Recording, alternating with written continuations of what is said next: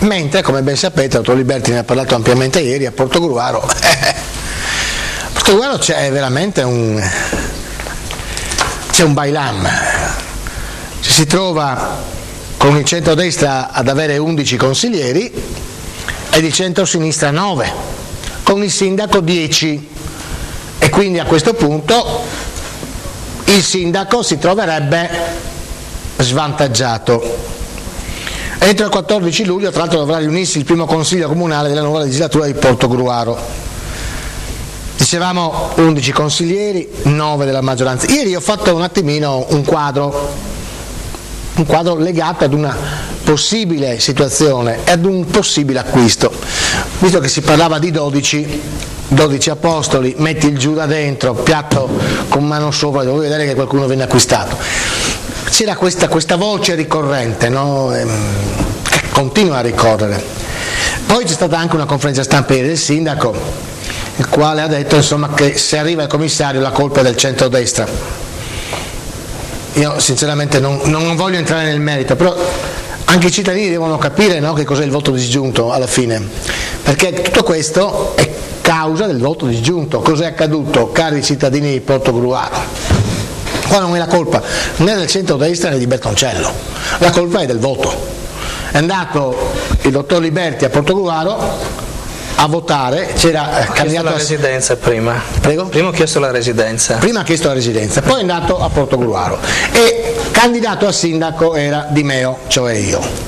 E Di Meo era sostenuto da un centro bianco. E poi c'era anche Denis De Luca, che è all'interno di una lista di centro-rosso. Il dottor Liberti, per spirito di amicizia, è ovvio, cosa ha fatto? Ha votato Di Meo con la penna copiativa come sindaco. Di Meo come sindaco. Perché? Perché Di Meo, insomma, mi dava, non lo so, e quindi lui vota Di Meo, che è componente di una maggioranza di centro-bianca. Però allo stesso tempo è amico di Denis De Luca. La legge ti permette quindi di votare Denis De Luca come consigliere comunale del centro rosso, quindi avversario di Di Meo, e allo stesso tempo di votare Di Meo. Cos'è accaduto in questo bailam? Che i voti dei consiglieri del centrodestra hanno superato di fatto i voti dei consiglieri del centrosinistra, ed il voto a favore di Bertoncello ha superato il voto a favore di Tabaro, e così un po' per spiegare. Quindi è inutile che diciamo la colpa è di questo, la colpa è di quello. La colpa, parliamoci chiaro, in questo caso è del cittadino che o non ha capito, o della legge, ma non della legge. È una colpa al cittadino, ma ci mancherebbe. Un momento, io però vedo, dottor Liberti, sarà colpa della legge che consente di votare in un certo modo. La colpa è della legge, la colpa è del ballottaggio, diciamo. Scusi, come se dice che io ho sbagliato a votare. No, non è che lei ha sbagliato a votare, però dico, trovo alquanto strano che uno voti, no, un consigliere di una lista che è una lista in contrapposizione col candidato a sindaco.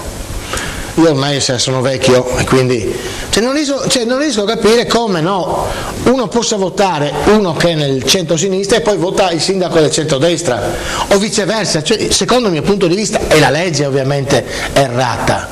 È la legge errata, come secondo me è errato il fatto del secondo turno, del ballottaggio, insomma, sono cose queste che dovranno arrivare con la riforma elettorale. Dicevo, noi ci colleghiamo con il Veneto perché troviamo uno degli 11 componenti, dottor Liberti, che è con noi, ha voluto esserci per dire io non ci sto, ed è Riccardo Rodriguez, un amico tra l'altro, consigliere comunale del PDL a Portogruaro. Ascoltiamoci cosa ci dice. Prego, linea audio e video Rosario.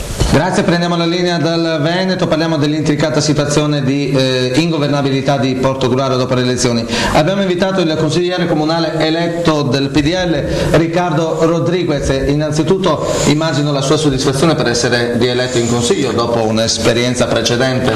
Assolutamente sì, perché erano più di 7 anni che non ero presente, quindi ancora una volta sono stato premiato dai voti dei cittadini. Che cosa ne pensa lei del ballottaggio, dell'esito del ballottaggio?